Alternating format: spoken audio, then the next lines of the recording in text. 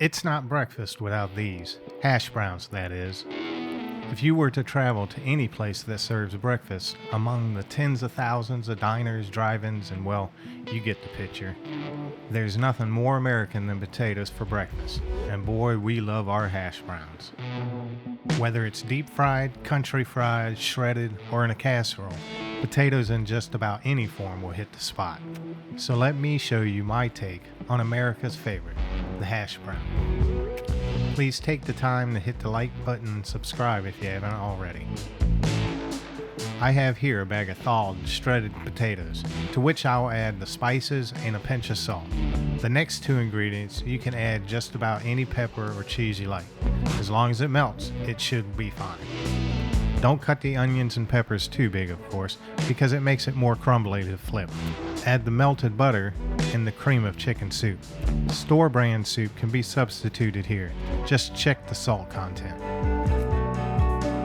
Now give this a thorough mix. We're looking for the consistency that is a little loose, yet able to be formed into patties.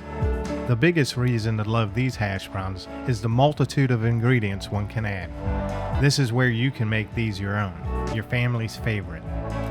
Waffle House says they have 1,572,864 different combinations of their hash browns. This is a clue to our obsession with hash browns. Once well mixed, we patty them up. This recipe makes roughly 6 to 8 patties, the size I'm making here. Lastly, we fry them in a couple tablespoons of vegetable oil. Use another oil if you so choose. We brown these on medium-low heat, flipping them several times to give each side enough time to crisp up, about 15 minutes or so.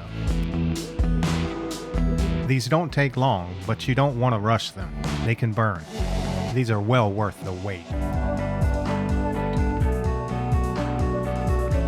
This is the color we're shooting for in our hash browns, a beautiful golden brown. While we wait for them to finish, we can cook up some salty, savory meat and eggs. I prefer links, but you can add whatever floats your boat. Same goes with the eggs. Add what you like or omit them completely. Eggs are a must in my book. A nice sunny side up does the trick. These also go great with over easy and poached.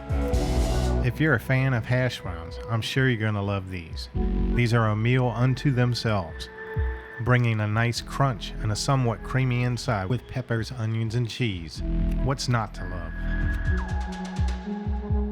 Don't just take my word for it. Give these a try. You won't be disappointed.